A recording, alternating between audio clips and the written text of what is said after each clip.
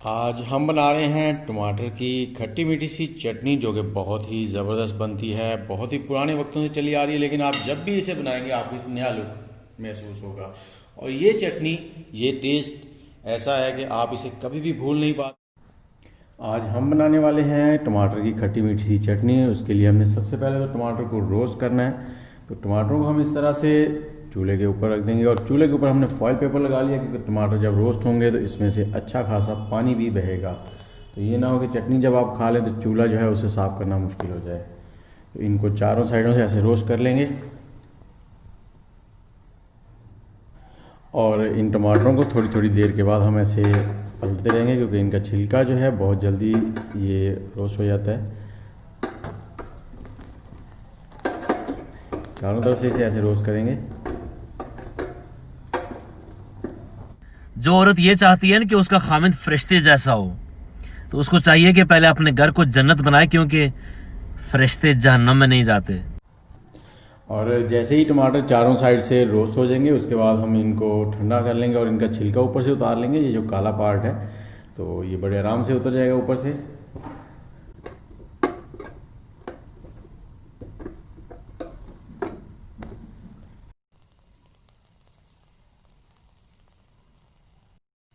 टमाटर हमारे जो हैं वो रोस्ट हो गए थे। अब हम एक लहसुन की गुठली है उसे हम रोस्ट कर लेंगे ऐसे ही।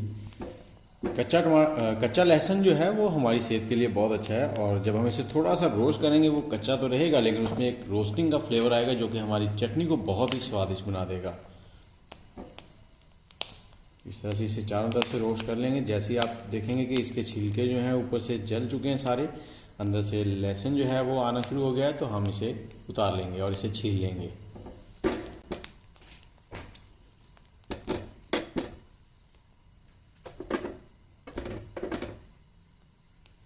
लहसुन भी रोस्ट हो गया, अब इसे उतार लेंगे हम। ये देखें, टमाटरों को हमने छील लिया है और जैसे ही ये रोस्ट होते हैं उसके बाद छिलका इनका खुद ब खुद उतर जाता है। और ये थोड़ा सा जो काला पार्ट रह गया है इससे आपकी सेहत को कोई मसला नहीं है, आप इसे रहने दें। और अब हम इन टमाटरों को थोड़ा सा बारीक कर लेंगे इस तरह से।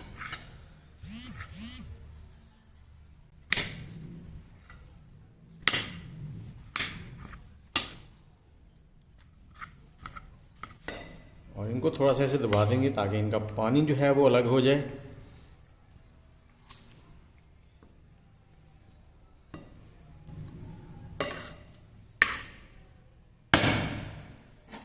और अब चलते हैं बाकी की चीज़ों की तरफ जो इस चटनी में डलने वाली हैं। इसमें मैंने ढेर सारा धनिया ले लिया है और जो लहसुन हमने रोस्ट किया था वो भी मैंने छील के रख लिया है। और इसके साथ ही प्याज है, एक मीडियम साइज़ का प्याज। आप डालना चाहें तो डाल लें, अगर नहीं तो कोई ऐसा मसला नहीं है, लेकिन प्याज से इसका टेस्ट जो है वो थोड़ा सा और भी ज़बरदस्त हो जाता है।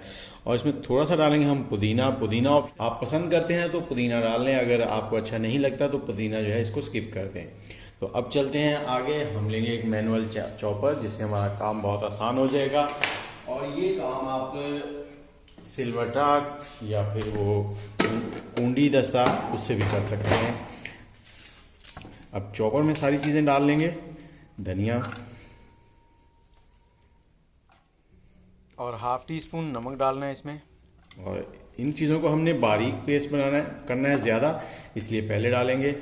और इसके साथ ही हम इसमें डाल देंगे प्याज, हरी मिर्च, पुदीना और जो लहसुन की कलियां थी वो भी इसी में डाल देंगे। अब इसको ऊपर से करेंगे बंद।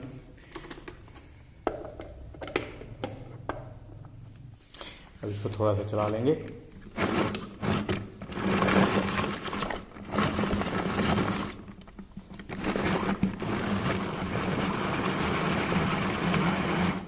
इसको ज़्यादा बारीक नहीं करना हमने। तो अब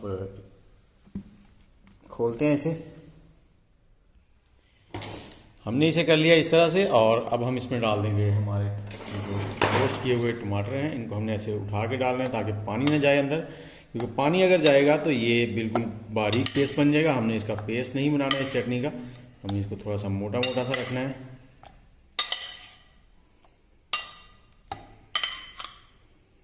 ये पानी जो है ये आपने ज़ाया नहीं करना। अब इसे फिर से चला लेंगे और इसका एक चीज़ का आपने ख्याल रखना है कि ये बिल्कुल बारीक पेस्ट ना बने।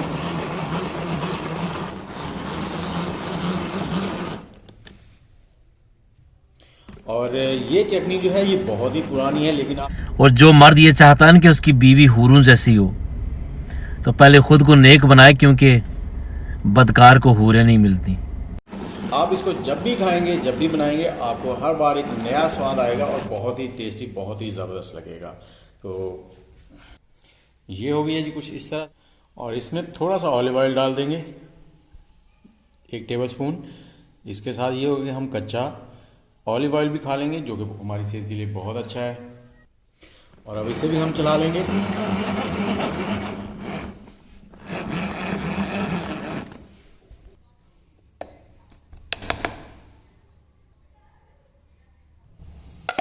ये जी हमारी आज टमाटर की चटनी, जो कि बहुत ही पुराने वक्तों से चली आ रही है और बहुत ज़बरदस्त बनती है, रेडी हो गई है।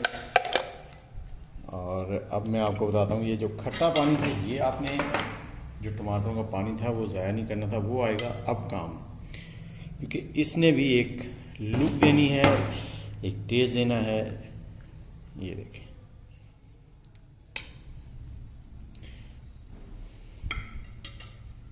इसके साथ ही अदनान को दें इजाज़त। इंशाल्लाह बहुत जल्द हाजिर होंगे किसी नई रेसिपी के साथ। अल्लाह हाफिज़।